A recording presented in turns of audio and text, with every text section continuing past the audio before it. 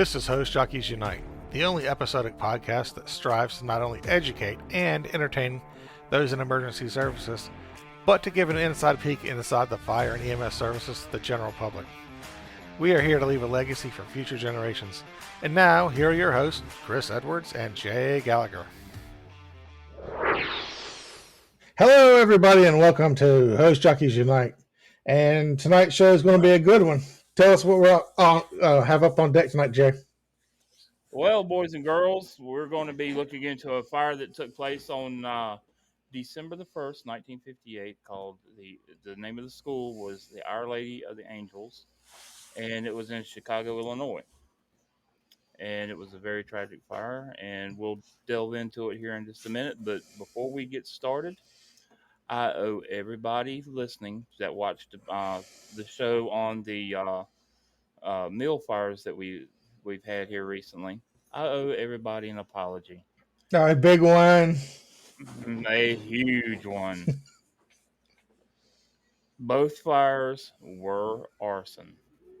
Yep, they were rolled as arson fires. Two different people. And they were not homeless.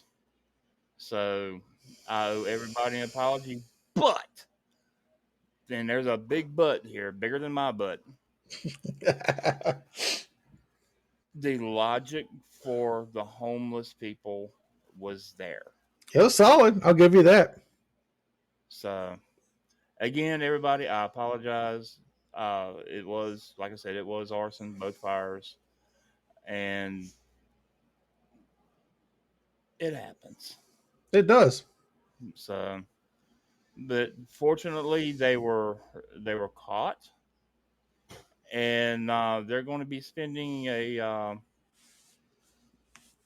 going to have a nice secluded vacation, let's just say. Right. And unfortunately, several of them were minors.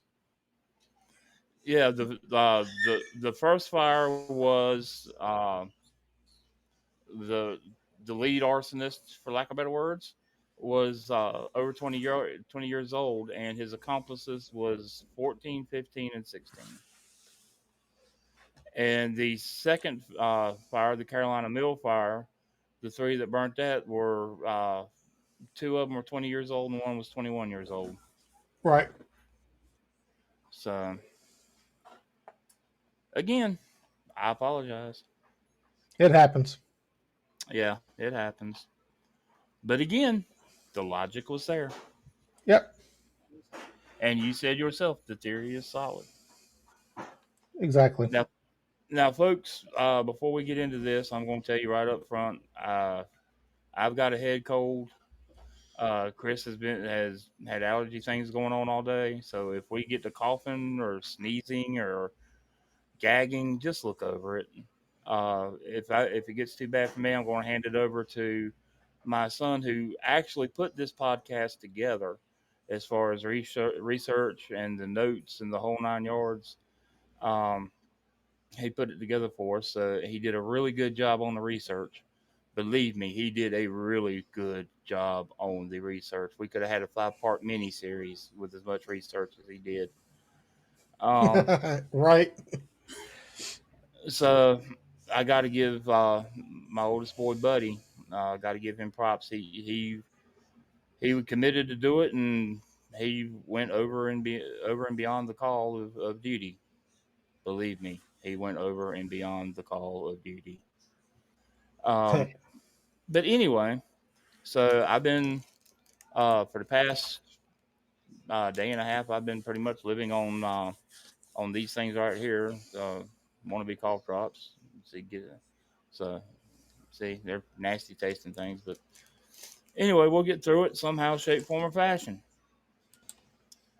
So, yep, got to do what you got to do sometimes. That's it. You got to roll with the punches. Mm-hmm.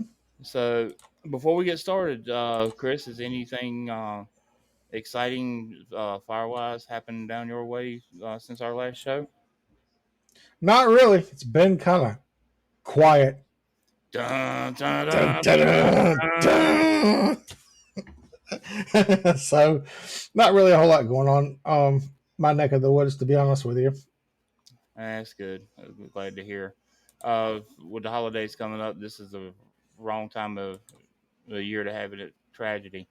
And speaking of tragedies, thoughts and prayers go out to the people in Clarksville, Tennessee, and in Hendersonville, Tennessee. They had two major tornadoes over the weekend and destroyed multiple houses. At last count, it was 6 deaths. Uh, so our thoughts and prayers go out to everybody involved there. Yeah, we even had So some. We had some wind. multiple injuries. It was just a horrific Well, and tragic right. event that went on. So everybody keep them in their thoughts and prayers. Yeah, we even had some wind from it that night that it happened here. Was like some storms and whatnot going on. Yeah, we had a few storms roll through, but nothing like they. Uh, No, so I think the worst thing that happened here as far as wind damage is some newspaper blew out of the dumpster across the parking lot. So yeah. bunch of leaves on the ground. So well, Chris, you about ready to get into this? Let's do it. Alrighty, folks, this is going to be a kind of a long one. Give you heads up, but there was a lot of information, and I cut out a lot of the information that wasn't super pertinent to the, uh, to what we needed. So just hang in there, and you'll learn a lot. Okay, a little bit of background on the school. Our Lady of the Angels was an elementary and middle school combining kindergarten through eighth grade classes. It was located at 909 North Avers Avenue in the Humboldt Park area of Chicago West Side on the northeast corner of West Iowa Street and North Avers Avenue. Our Lady of the Angels School was built in 1910. It was wood constructed with the brick facade, making it a Type 3 construction, and it was remodeled several times over the years. Now, keep that in mind. It was remodeled several times over the years, so that's going to become pertinent here shortly. The question is, were they um, modifications notated, or You trying to give a spoiler alert? yeah, that's it. Spoiler alert. Uh, we'll get into that in just a few minutes. Uh, it's that dreaded uh, G word that uh, seems to keep rearing its ugly head with some of these podcasts we're doing.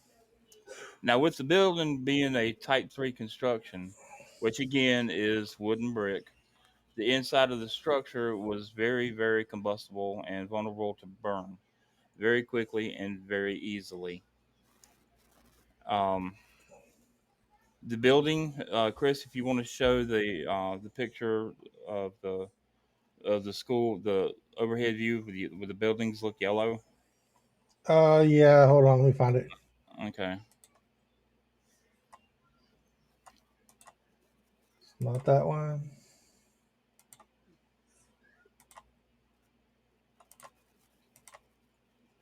Keep on. I'm looking for it. I'm sorry. Okay. I'll go ahead until you get it popped up.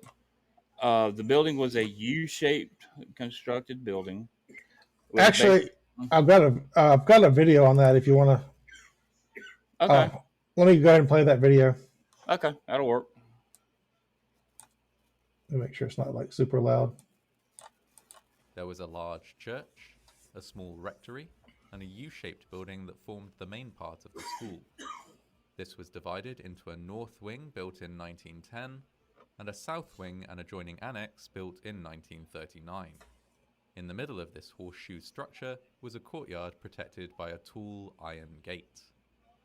Notably, the school had a raised basement. That is, a basement that was partially below ground and partially above.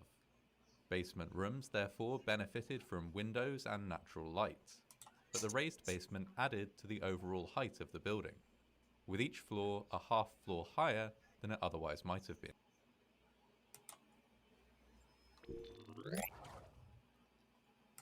Okay, so everybody's seen how the building was laid out.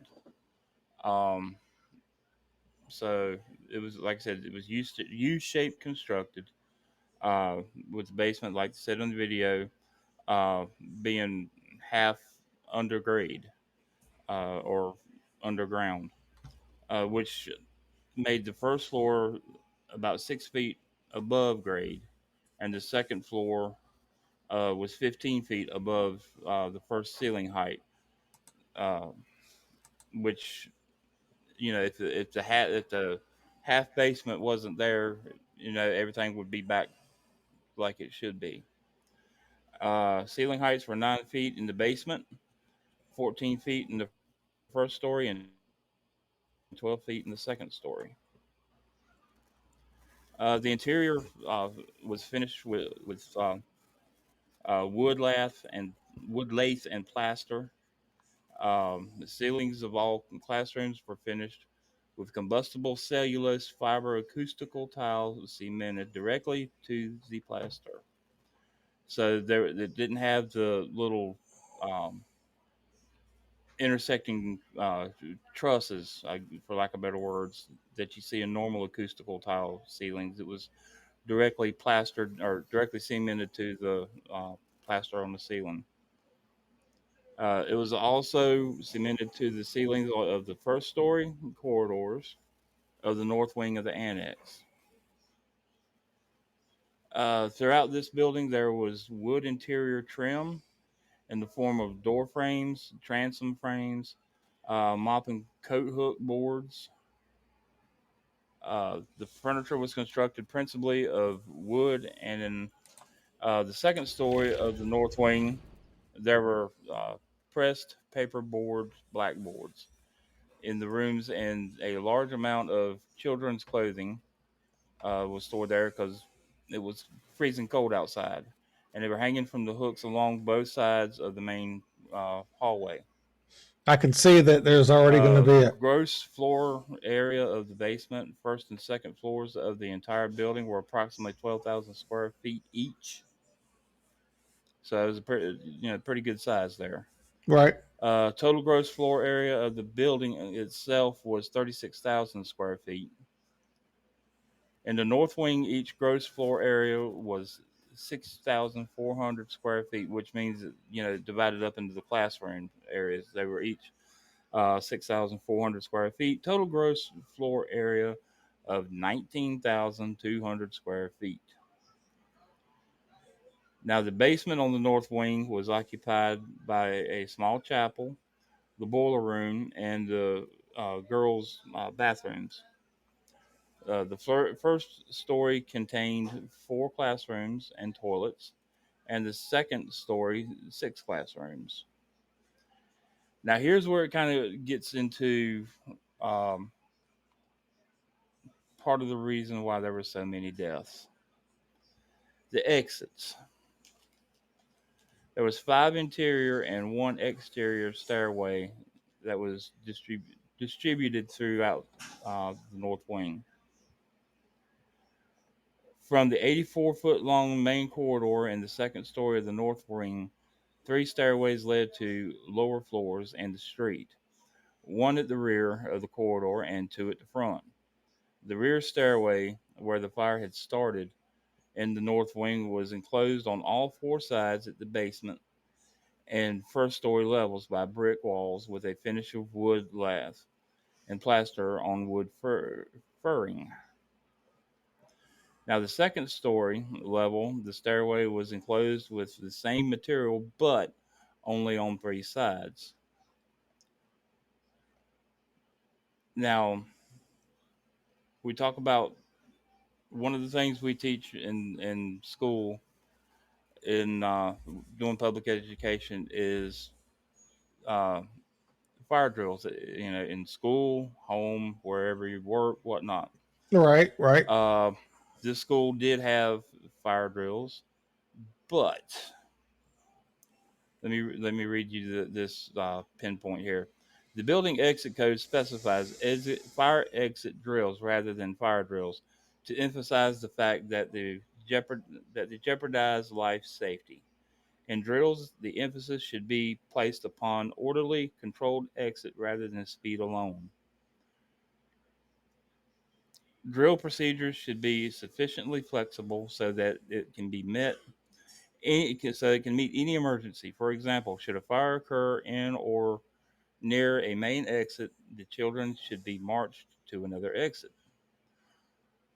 All the super duper in-depth details on it are covered in the building fire exit code, NFPA. But it must be, now get this, it must be left up to the individual's school authority to work out their application to individualize school buildings with due consideration to the arrangement of the individual building, character of the school, population, and their factors. Okay, so what that's telling me is, um, let's say you have, like in the elementary school that I went to, we had a door that exited to the hallway, and we had another door that exited directly out into the schoolyard. Each classroom had that. Okay. Now, this school did not. They only had, like it said, five. Two street side, one and three yard side. Yeah, that was before So, before they added. pre-ordinance building. In 1949, the city of Chicago adopted a municipal code which incorporated all of the major features necessary for life safety from fire in the buildings, including enclosure of stairways in schools. However, important provisions of this code, including enclosure of exits, did not apply to the north wing of Our Lady of the Angels school. And I'll give you three guesses why. Grandfather clause. Bingo. It gets worse. Let's see, other schools in existence when this code was adopted. In other words, the substantial substandard exits in all but the annex, which was built in 1953, were of pre-ordinance vintage. Hence, the non-retroactive law, aka grandfather clause, did not apply. Why the annex stairs were not enclosed to comply with the ordinance is not known. Now, the building code or building exit code requires all stairways in school buildings to be enclosed so that in case of fire, the occupants can escape without worrying about any dangers from fire, smoke, fumes, and resulting panic, which we all know is going to happen. The stairways in the, let's just call it LOA, um, were open except the two in the front of the north wing. Now, these stairs were uh, enclosed at the second story level by substandard doors, which were blocked open at the time of the fire. So, in other words, they didn't have fire doors. It was just a regular, just a regular, you know, hollow core door for all we know. Um, which, yes, if they were shut, it would have held the fire back for a little bit, but it wouldn't have been like if it would have been had you had a true fire door there. So there's a video here I got that's Uh-huh. talking about the grandfather clause. It actually goes into a little bit of how the fire traveled as well. Let me go ahead and play that for you. Okay. The building's 24 classrooms were spread across two wings, connected by an annex. Like many red brick schoolhouses built in the early 1900s, the interior was made of wood. Its floors, doors, and stairways polished to a gleaming perfection with flammable soaps and waxes. We were so proud to see this varnished floors. Beautiful. A fire inspector that October noted a second-floor stairwell lacked a fire door. Chicago's municipal code required protective devices like fully enclosed stairways and sprinkler systems. But the code did not apply to schools built before 1949. So Our Lady of the Angels was exempt from adopting improved safety measures. And there you have it. Yep. And if you look at the, if you go back and look at the end of the video that you just showed, you'll see they're showing a piece of paper. That was uh, the final report from the fire inspectors from the fire department. And if you notice, underlined in red, no violations Ancients. found. Right, because of the grandfather clause. Exactly. And that's the That only reason. clause Yeah. has killed more people than, you know, as my grandma used to say, than Jimmy Carter's got liver pills. Right. So, but now it would have been fairly simple and inexpensive to enclose all these stairways properly. If it had been if it had been done, 93 lives lost in this fire could have been spared. Mm-hmm. Now the exit width from the second story of this building were sufficient to permit 570 people to reach the ground in 1 minute and 20 seconds. Now, according to exit capacity requirements set forth in the building exit codes and elsewhere, it is um, it is estimated that there were 610 people on the second floor of the building when the fire occurred. Uh, Now that's a quite a bit. I mean, I know it don't seem like much, but when you're thinking of panic situation, fire about to eat your ass up, that's a substantial increase in people on the second floor than the exit capacity could hold. Right. So now a closer examination of the distribution of exit capacity showed a contrast between the exit provisions for the north wing as opposed to those for the rest of the building. Now, bear in mind, uh, the north wing where the fire took place was built in 1910. The annex that joined the two buildings and the south wing were built in 1939. Okay, so keep that in mind also. Right. Now, in the north wing, the seven units, or the seven exits, were more than adequate in capacity to handle the 329 people on the second floor in the annex. And the south wing, however, there was only two exits to accommodate the 281 people believed to be on the second floor of these two sections. Two exits are adequate to evacuate only 150 people in a minute and 20 seconds. The inability of the two exits to handle the 281 people in the prescribed time was demonstrated by the fact that the average time for the evacuation of the second floor in 8 exit drills in 1958 were slightly more than the 3 minutes, was slightly more than 3 minutes. Now, here's the thing 1958, okay, we're talking a year's difference, right? Right. They had fire drills in 1958. Great. Children grow. Teachers grow, unfortunately, more outward than up.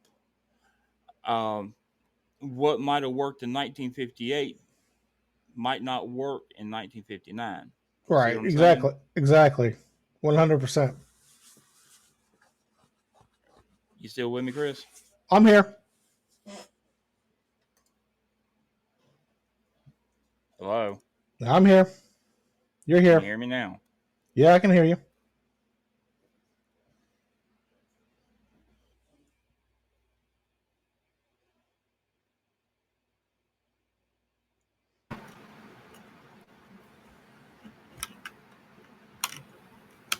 Looks like we're having some technical difficulties hear here. me? Yeah, I can hear you.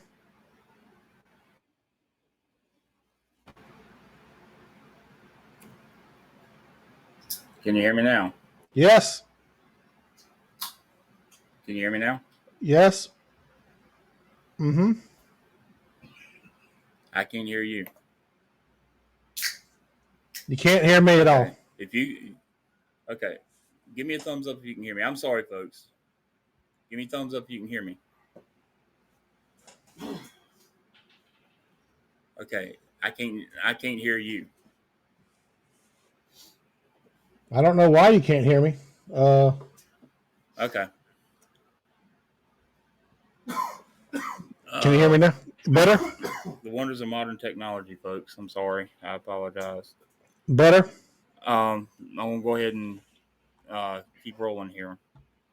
Um, as demonstrated by the loss of life in the North Wing, however, adequate exit capacity is not the only consideration here, or even the most important consideration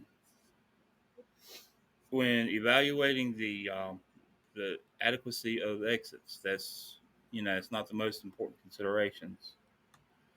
Of primary importance is the enclosure of the exits to assure that the ways out of the building will be free of smoke, heat, uh, actual flame contact when needed.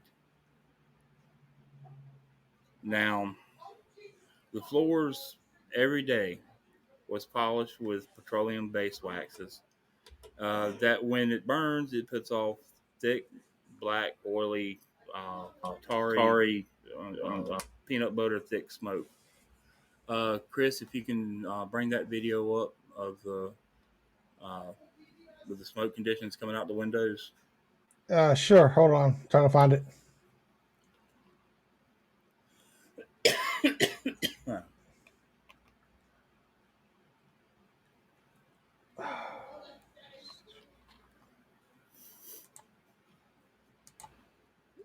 There's an overhead picture of it that you can see for now. Okay, I can hear you now.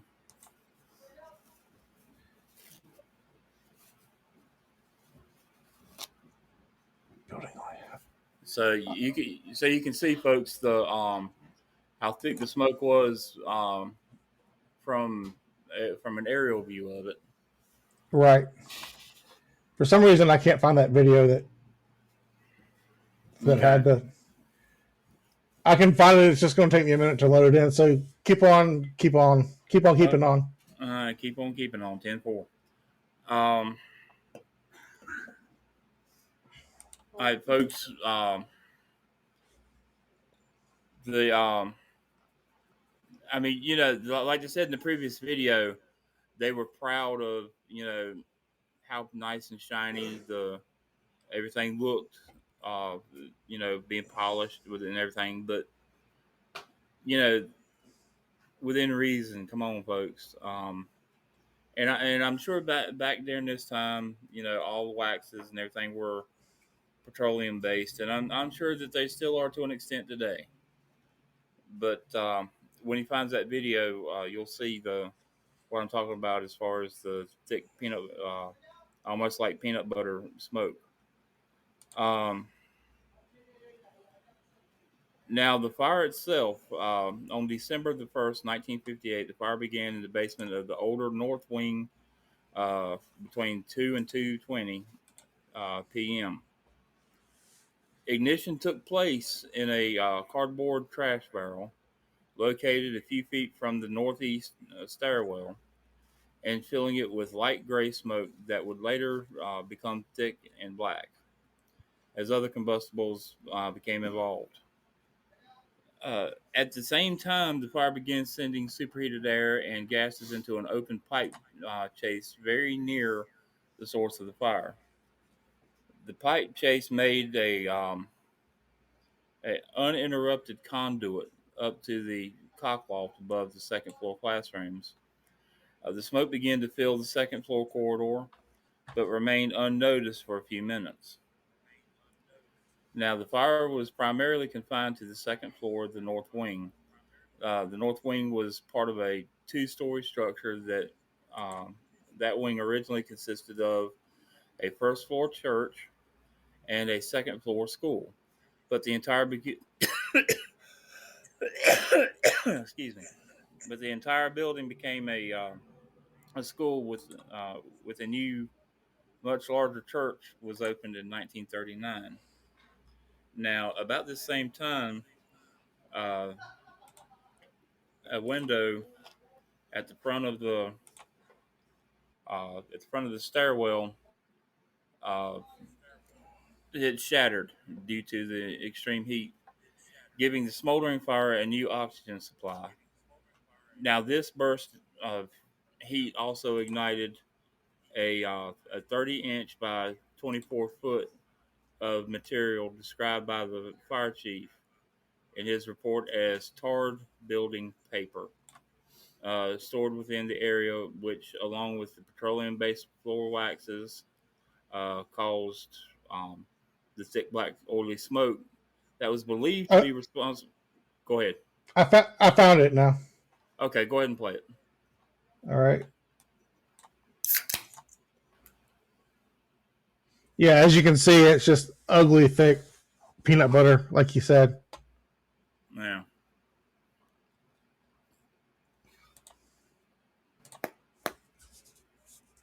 Uh, Kind of reminds me of the movie Backdraft when um, Kurt Russell's character gets out of the engine and says, "Yeah, this is going to taste like crap."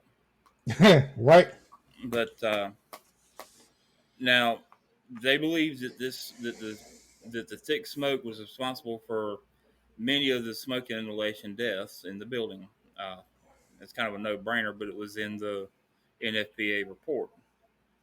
Uh, the wooden staircase burst into flames and, acting like a chimney, sent hot gases, fire, and this thick black smoke swirling up the stairwell. Now, at approximately the same time, school janitor James Raymond saw a red glow through the window. Now, pay attention to this part. James Raymond saw a red glow through a window while walking by the building. After running to the basement furnace room, he got a good view of the fire through the door that led into the stairwell. After instructing two boys who were emptying trash baskets in the boiler room to leave the area, Raymond rushed to the rectory and asked the housekeeper to call the fire department. He then ran back to the school to begin evacuation via the fire escapes. The two boys, meanwhile, returned to their classroom and warned their teacher, which prompted her and another teacher to lead their students out of the classroom in the annex area of the second floor. Now, here's the part that really irks me. The teachers had looked in vain for the school principal before acting on their own to vacate the school. Now, it was their agreed upon SOP that if there was a fire in the school, before you done anything, to go tell the principal, and the principal would call the fire department. That's a waste of time. Oh yeah, for sure. Um, Now, unknown to the two teachers, the principal was in the other wing of the school covering a class for an absent teacher. Um, as the teachers, as they left the building, the teacher pulled the fire alarm box, but the alarms did not ring. Several minutes after leaving her students in the church, she returned to the school to attempt to activate the fire alarm again. And this time the alarm rang inside the school, but it was not automatically connected to the fire department. And guess what? You know the pretty little red boxes that hang on the phone poles um, that you used to see all over the place. Well, by Oh, law, you mean box alarms? uh huh. Yeah. Well, by law, uh, there was supposed to be one right in front of the school, and guess what? They did not have. One in front of the school. Mm-hmm. You got it. It So, was actually like 2 or 3 blocks further down the road from the school. So while we're at this point, I've got a video of the actual fire flow. Like you were Okay. talking about how it went up the stairs and whatnot.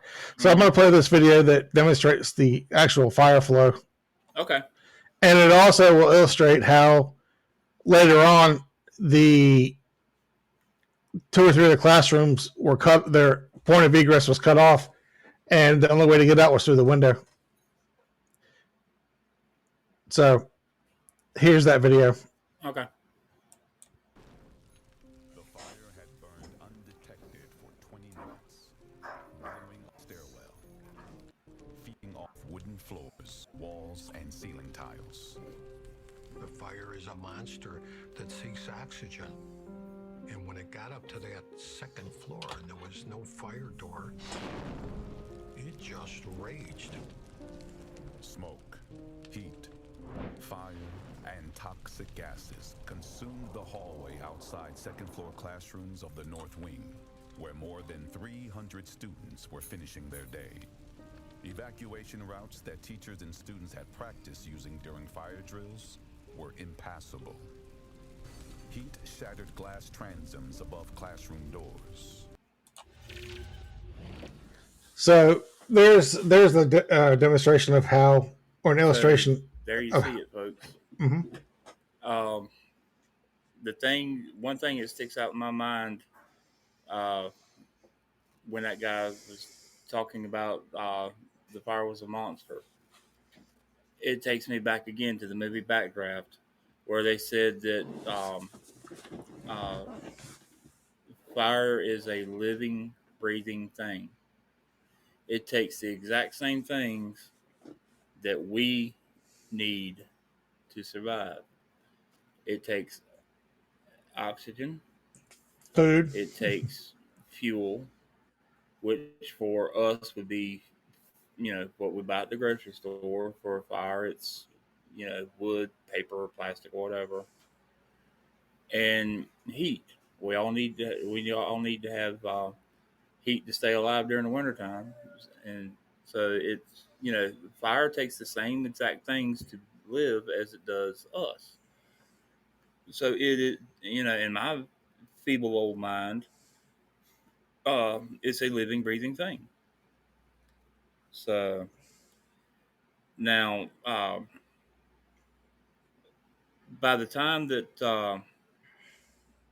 the fire alarm was finally sounded, the students and teachers in the North Wing classrooms on the second floor were essentially trapped, as you've seen in the video. Um, Whether they knew about the fire or not, they were trapped. Uh, Despite the janitor's visit to the rectory soon after 2:30 p.m., to spread the word about the fire, there was an unexplained delay before the first telephone call from the rectory reached the fire department. It was at 2:42 p.m. That's a 12-minute gap. Right. 1 minute later, a second telephone call was received from Barbara Glowicki, the owner of the candy store on the alley along the north wing. Glowicki had noticed flames in the northeast stairwell after passing motorist entered her store and asked if a public phone was available to call the fire department. Now, the evacuation, the first floor landing was heavily equipped with a heavy wooden fire door, which effectively blocked the fire and heat from entering the first floor hallway. However, the northeast stairwell landing on the second floor had no fire blocking door, no fire doors whatsoever. As a result, there was no barrier to prevent the spread of the fire, smoke, and heat through the second floor hallway. The west stairwell landing on the second floor had two substandard corridor doors with glass panes propped open, possibly by a teacher who nobody knows, at the time of the fire. This caused further drafts of air and additional oxygen supply to feed the fire. Now, the two other doors were chained open when they should have been shut. These doors were at the first and second floor levels, leading into the annex. The upper door was quickly closed, but the lower one remained open throughout the fire.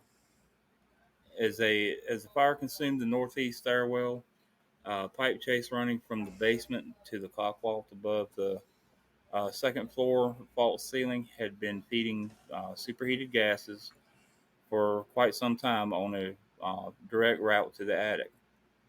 The building's old roof had been recoated numerous times, and the tar had become very thick up top. Consequently, the heat of the fire was not able to burn quickly through the roof. If it had, it would have opened up a hole, basically self vented itself, that would have served to vent such much of the smoke and gases. Eventually, as the temperatures continued to rise, the enclosed space of the wood and the wooden cockloft itself flashed over. The fire then swept down through the hallway ceilings, um, ventilation grates into the second floor corridor as it flashed through the cockloft above the classrooms. Glass transom windows above the doors of each classroom broke as the heat intensified, which we allowing superheated gases and thick black smoke in the hallway which we saw in the video. to enter into the classrooms. Now, by the time the students and their teachers in the second floor classrooms realized the danger, and the occupants of several of the rooms until that moment did not realize the danger, their sole escape route into the hallway was impassable. The second floor of the north wing was a perfect fire trap for 329 children and 5 teaching nuns. The only remaining means to escape was to jump from the second story window to the concrete or crush rock 25 feet below, or to wait for the fire department to rescue them. Um, Hang on a second, let me get swallow my drink here.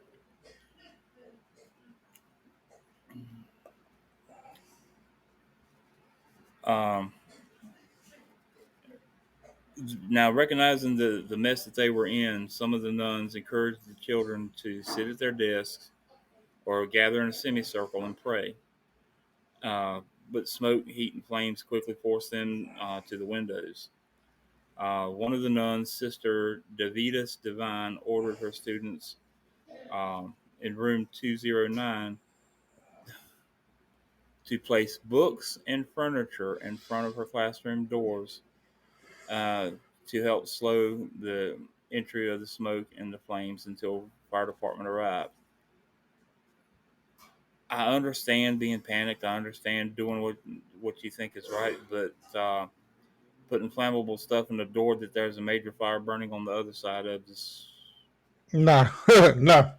don't really make any sense to me. But anyway, out of the 55 students in that room, 8 escaped with injuries, and 2 passed away. So on that, Now, the fire department units, they were arrived within 4 minutes of finally being called. But by then, the fire had been burning unchecked for possibly as long as 40 minutes and was really totally out of control.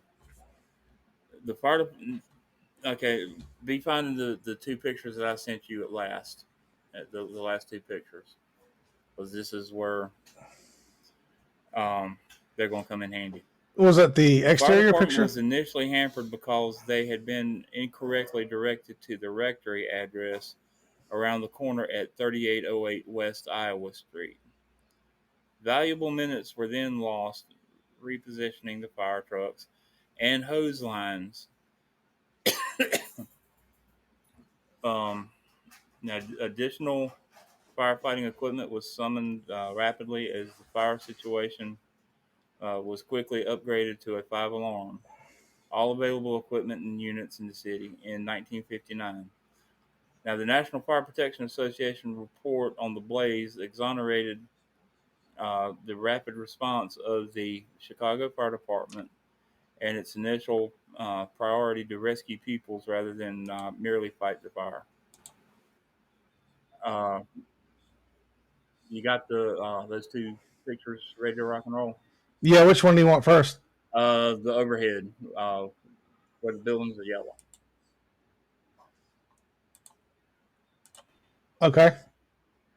All right, now the waiting for it to pop up on my. Okay, here we go. Okay, we all see the horseshoe um, school area. Okay, that's we'll call that the there's a street going down the front of it. We'll say that's side A. All right, right in the middle, that kind of for lack of better words, lightning bolt shaped building is the rectory, and the big building on the far right uh, is the church building itself. Now, here's my thing. Okay, now swap to the other picture.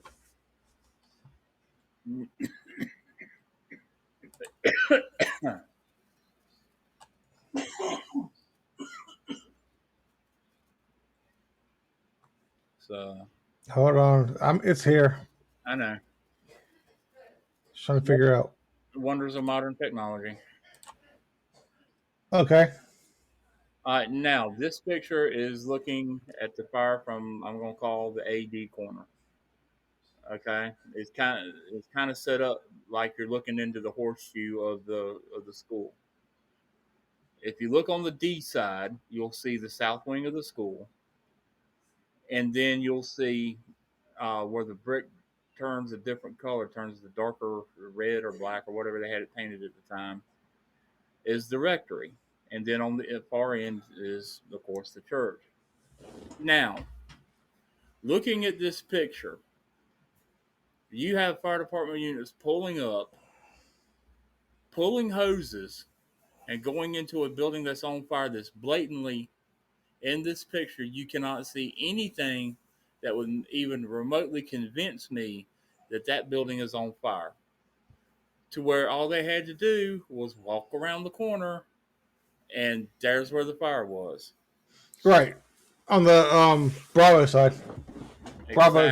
The Bravo Charlie side. Exactly. Now, I don't know why. I mean, I know that in 1958, when this fire took place, there was no such thing as doing a 360 walk around. It wasn't it wasn't even thought of at the time. If it had been, then the first arriving units do the 360 say that, and they could say, "Hey, this ain't it. It's around the corner."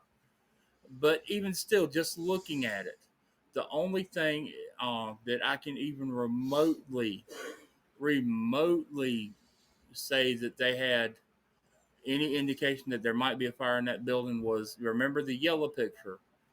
There was two alleyways that went up on either side of the rectory, and the only thing that I can think of was smoke was coming out the alleyway. See, right there, right in the middle. There's two alleyways um, that are that's in between the buildings.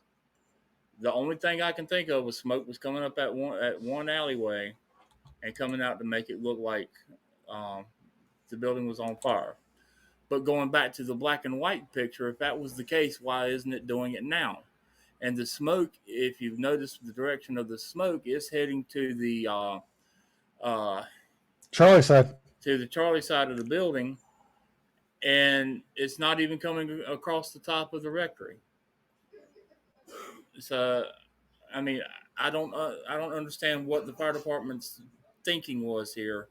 Right. Uh, you know, they pull up. There's no sign of fire here, but walk around the corner. It's like hell and damnation around the corner. Well, you had mentioned before about a 360, and even if they did have that as a practice back then, can you imagine how long it would take to do a 360 if you walked it on a building that size? It would take forever. Well, understand, but in the same respect, when you pulling up on in your engine, what do? You get a view from it from three sides, Right. Exactly. so you would only technically have one side to walk. True. True. So, but this is, this folks. This is another case of uh, because of the SOPs and everything back then versus today. When they finally found where the fire was, they had to break down their hoses and tote it around the corner and redeploy everything. Well, They, not only that, but if you look in between, we could put that back up there. If you look in between the two buildings there in the horseshoe, mm-hmm. right there on the outside of the horseshoe of that building was a big iron gate that was locked and nobody could get in, so they couldn't even make entry there. Well, you know how they finally got that gate down. No, You remember the running joke me and you have when people getting away, they use that great big bumper in the front of the fire truck. Oh yeah. They hit it with the fire truck and knocked it down. Oh okay. So, but this is my thing since I caught it, right before I sent you these pictures. If the you know according to the black and white picture, there was nothing going on at that rectory to make me even think that there was a fire in there. Versus, on the alpha side where, like I said, hell and damnation was burning. So that to me they dropped the ball there. Yeah, they did. But then again, if you really want to get technical about it, I'm sitting here and basically armchair quarterbacking it. I'm going, which I try not to do, but looking at the pictures, I mean, you can't help but wonder, what they were thinking, what was going on.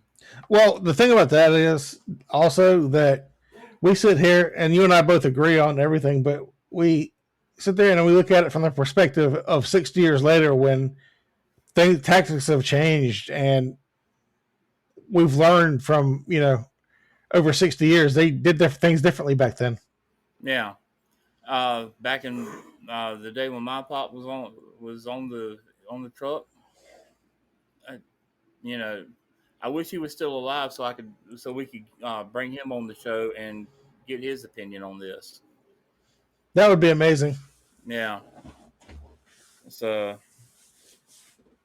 now the south windows of the north wing overlook the small courtyard, like we just showed, that was surrounded by the school on three sides and a 7-foot iron picket fence on the fourth side facing Avers Avenue. Because of the earlier problems with vandalism, the gate had to be put in place, uh, and it was routinely kept locked. The firefighters couldn't get ladders to the children that were on the courtyard side uh, without first breaking through the gate. Uh, um, they spent it was estimated 2 minutes battering the gate with sledgehammers and a ladder before they managed to smash it by backing a fire truck into the gate. Now, here's another question. Um, didn't they have bolt cutters in 1958? I'm pretty sure they did. Could we Cut a would that lock off. yeah? Can we cut a lock off, folks? Right. Yeah. I mean, yeah, let's cut the lock. And it all goes back to try before you pry. Exactly. And I So, mean, would this be considered that the Chicago Fire Department, one of the largest departments in the country, being ill-equipped at the time? that could be. So, I mean, I don't want to point fingers, but at this point in time, you know, now the lock gate delayed the the rescue of rooms 209 and 211. Firefighters began rescuing children from the second floor windows, but the nightmarish and hellish conditions in some of the classroom had already become unbearable. Uh, Children were stumbling and crawling and fighting their way to the windows, trying to breathe and escape the fire. Many of them jumped or fell and were pushed out of the windows before firefighters on the ladders could reach them. But some children had jumped with their hair and their clothes on fire. Some died later as a result of the fall, and several more were seriously injured. Many of the smaller children, and this is what kind of tugs at my heartstrings, the smaller children were trapped behind frantic students at the windows, and they couldn't get out. Some younger students who had managed to secure a spot at the window were then unable to climb over the high window sills, or were pulled back by others frantically trying to scramble out. The temperature continued to increase inside the fire, and the fire grew more and more until a flashover occurred in the hallway and several of the classrooms, and it was that took place at approximately 2:55. The firefighters struggled desperately to pull the children and the nuns from the windows, as those classrooms, partially filled with screaming children, exploded from the flashover. Firefighters noticed that the white shirts of the children in the windows had changed colors from white to brown. Shortly after this flashover, a wide portion of the school's roof collapsed over rooms 208, 209, and part of 210. And the massive downward rush of heat likely killed several other of the students and their teachers in rooms 208 and 210 instantly. Which, if I'm going to go something like that, um, I don't want to burn. No. I've been burnt. I know what it feels like. Let the smoke take me, and and then after I'm gone, if the fire gets to me, so be it. But initial, I don't want to burn. Uh, let's see. Room 209 lost only one child in the room itself, and she had been overcome by smoke conditions and smoke inhalation before the roof collapsed. Now, between the delayed discovery of and reporting of the blaze and misdirection of the response units to the wrong address, the firefighters arrived unfortunately, too late. Although they rescued more than 160 kids from the inferno, many of the students were carried out uh, already dead. Some of the bodies were so uh, badly charred that they actually broke into pieces while firefighters were trying to pick them up and place them in the body bags. In in room 212, none of the dead were burned. The children, being so vulnerable to the toxic smoke and superheated gases, as well as their teacher, all died from smoke inhalation. Uh, Now, the investigation of it. The Before cause you of the fire was never officially determined. before you start that section, Although in 1962, a boy who was a student at Our Lady of the Angels at the time of the fire confessed to starting the fire. And he had also set blazes or set fires in other buildings in the neighborhoods, apartments and things, whatnot. At the time of the fire, he was only 10 years old and in the fifth grade. A family court judge later concluded the evidence was insufficient to substantiate the confession. hang on a second. So, officially, the cause of the fire remains unknown. Now, it has been reported that there was kids smoking in the area of the origin of the fire. Some people blame the janitor. Um, but basically, when it all boils down to it, in 1959, the National Fire Protection Association's report on the blaze blamed civic authorities and the Archdiocese of Chicago for housing their quote. This is quoted for housing their children in a fire trap, such as Our Lady of the Angels School. End quote. Oh, you there? Hello.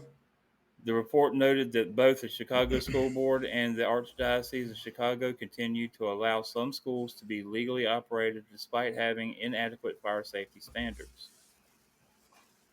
Although Our Lady of the Angel School had passed a routine fire inspection just a few weeks before the disaster, the school was not legally bound to comply with the 1958 safety codes due to what? The grandfather clause. Claus. In the 1949 standards, existing older schools, such as Our Lady of the Angels, were not required to retrofit safety devices that were required by code in all schools built after 1949. Um, Now, a relief fund was set up for the distraught families to care for the injured children in the future years.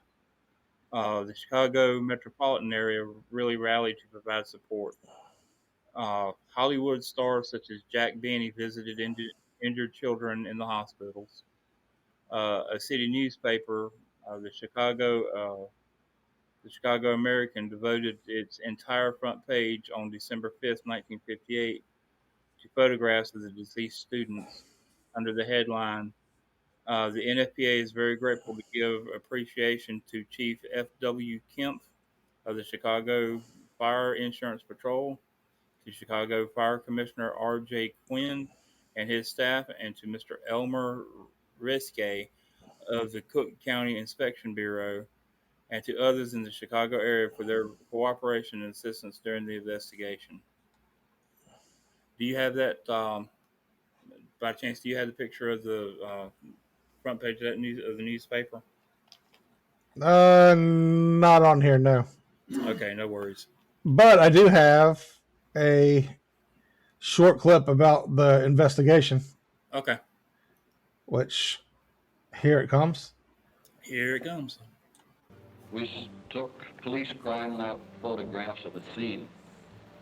We obtained physical evidence such as a step from the stairwell that led down into the area where the fire appeared to have started.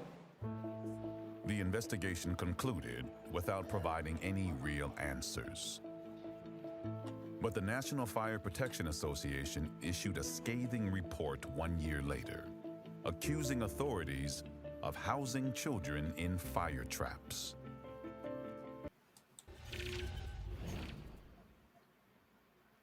See, you thought I was kidding, didn't you? Not me. But yeah, it's kind of like to me that the investigation was a what's the word I'm looking for? Um, Kangaroo court? Sham? Cover your butt thing. Yeah, because the judge. I might be thinking totally off base, but Well, the judge actually kind of I've lost stuck. your volume again. Well, I'll say it, the judge actually. But I'm just going to go ahead and keep rolling till your volume comes back. Uh huh. The north wing where the fire had occurred had been built in 1910 and originally housed the church on the first floor and a paraschool classrooms on the second floor. Uh, it just kind of gets back into the little bit more of the, you know, um, about the school. Now, conservative estimates place the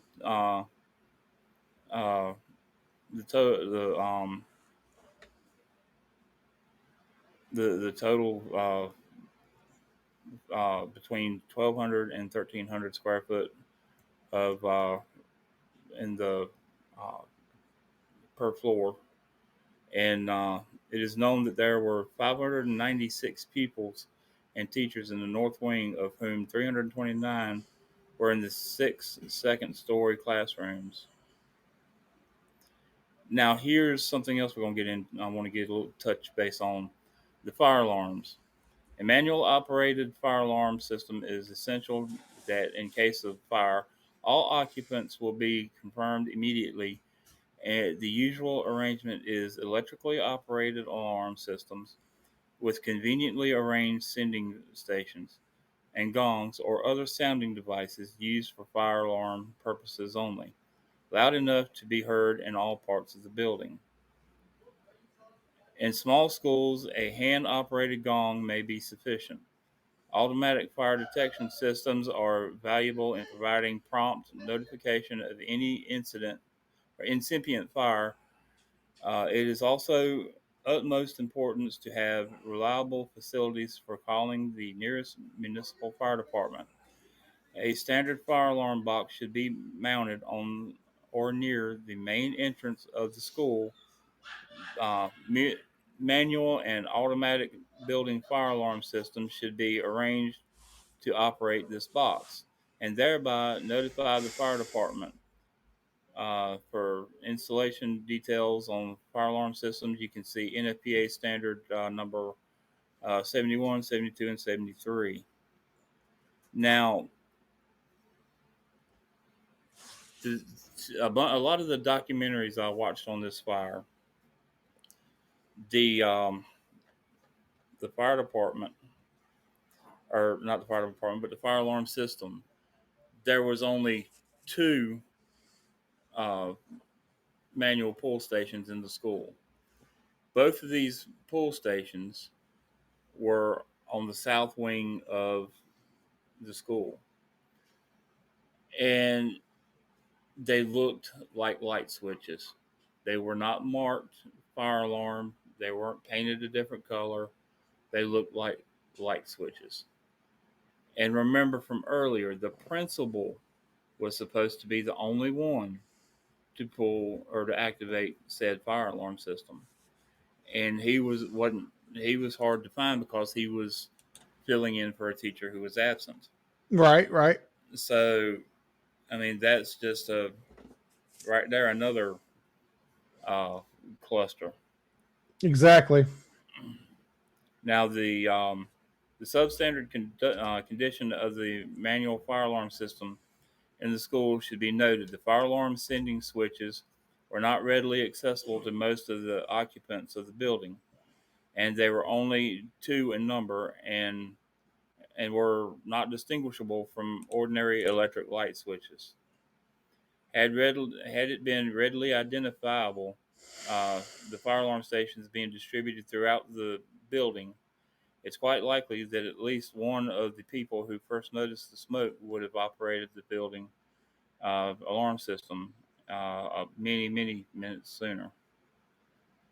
Um, Now, according to the present municipal code in Chicago and the recognized standard for the installation of public fire alarm boxes, all schools should have a fire alarm box at or near the entrance. Had a box been so located at Our Lady of the Angels, it's possible that the first alarms would have been transmitted to the fire department by a passerby at least or at, or 2 minutes earlier. Furthermore, the box alarms would have resulted in response to a box alarm assignment on the first notification of fire. This would have brought three additional engine companies and one additional ladder company to the scene, 3 or 4 very critical minutes sooner. Um, but Now the exit code recommended that any building fire alarm system be arranged so that when operated to alert occupants of the building, it will simultaneously transmit alarms to the fire department. Automatic sprinkler systems and automatic detection should be arranged to operate building and fire department alarm systems simultaneously. Now, the okay, this to me all starts back uh, from when 1939 when they built that annex and the South Wing, Right. which all the North Wing should have been upgraded to match the standards of the day, but it wasn't. I don't know if it was a lack of money or they just didn't want to, but it boils down to me is what's more important, the lives of the children that you're in charge of during the day, or new playground equipment. Right, exactly. And another little tidbit I found out during the research: the fire escape doors were locked. They couldn't get out the fire escape. They had to come have the doors unlocked.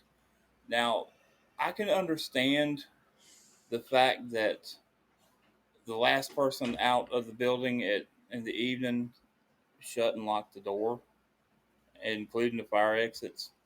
But the first person in the building should unlock them before the students get there. Exactly. Another ball drop. But that's on the part of the school itself, not the fire department. Exactly.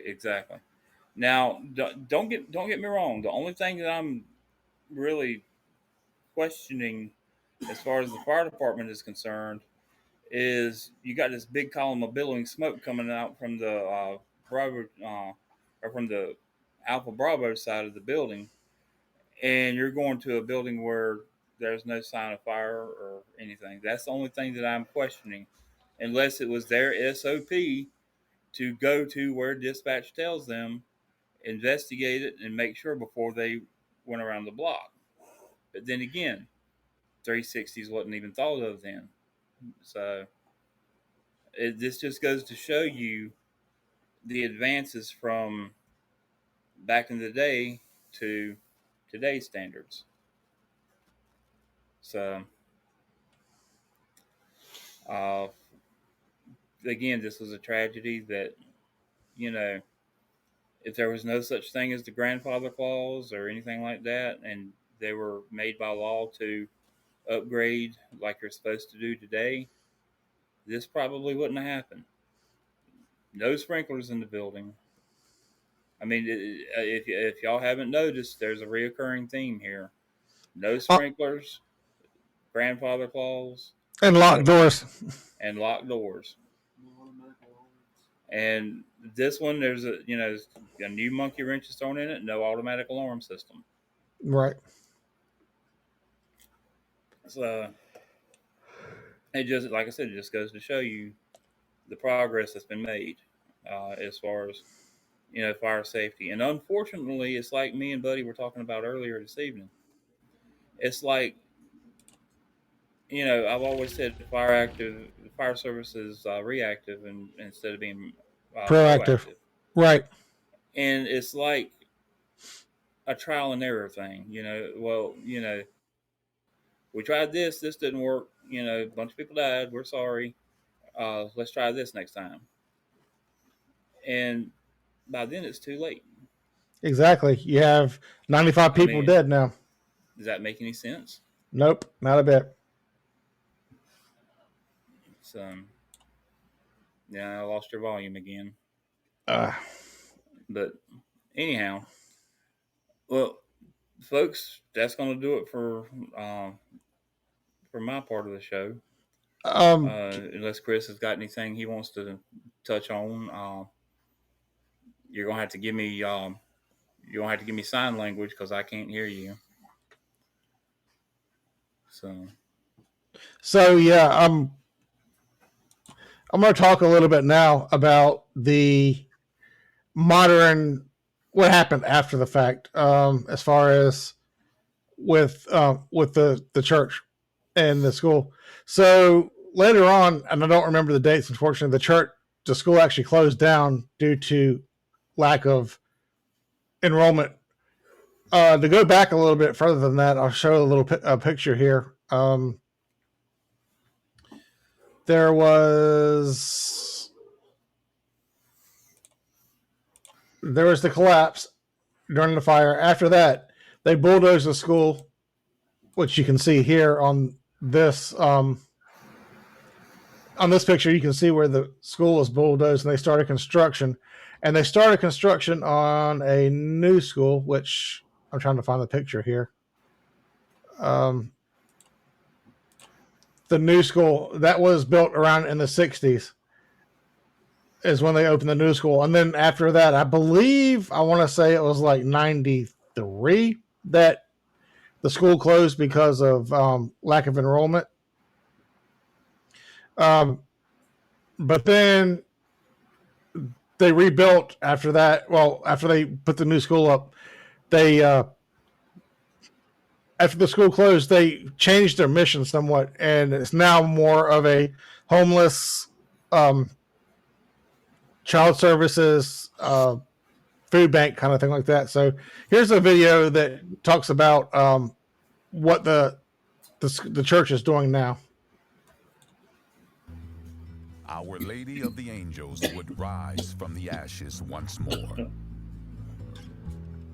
The Archdiocese recruited Father Robert Lombardo to create a mission outreach to the needy in 2005.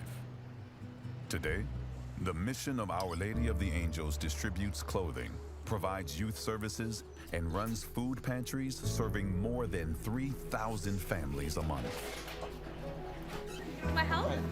Have you been doing okay? Watch your step, honey. We really believe that this is sacred ground because of the tragedy that took place. There's always new life.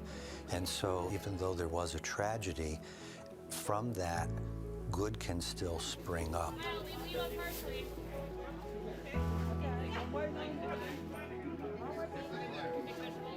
Slowly but surely, Father Lombardo and a devoted team of Franciscans renovated the buildings of the former parish, including the church, which was rededicated in 2012.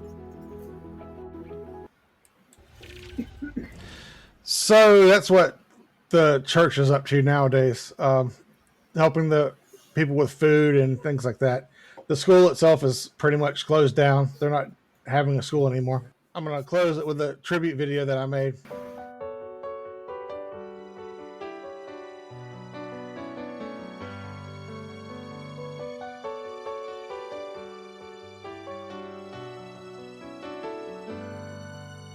The day they became angels, they left us wondering why. Young souls joined God's departed, leaving no time for goodbye. And all that's left are memories of innocence and childhood dreams. As survivors, we choose to love beyond our pain. When the whole world stopped to watch our tears, with faith we heal through the years. Somehow a cloud of sadness still remains.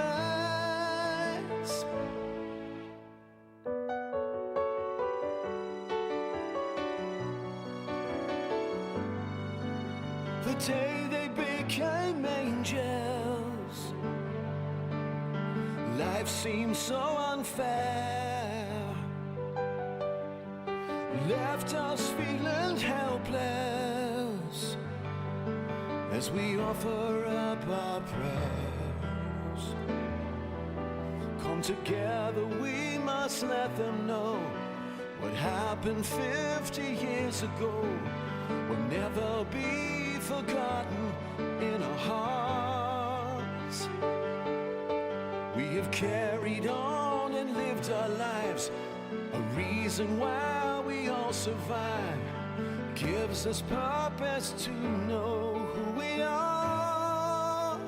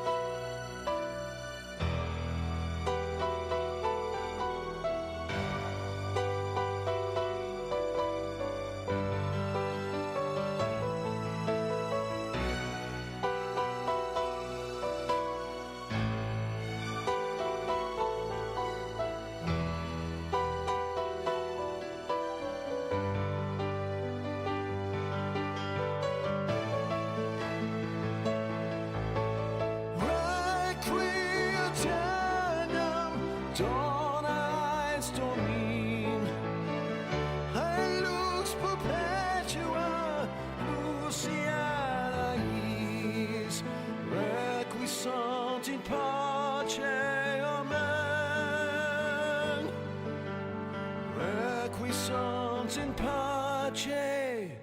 Amen.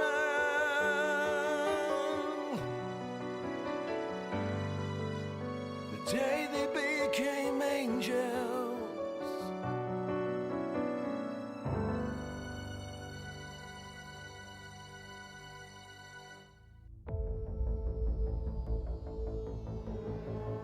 You've been listening to Hose Jockeys Unite. We hope you've enjoyed this episode, and please tell your friends about us. And always, always remember, even truckies need love too.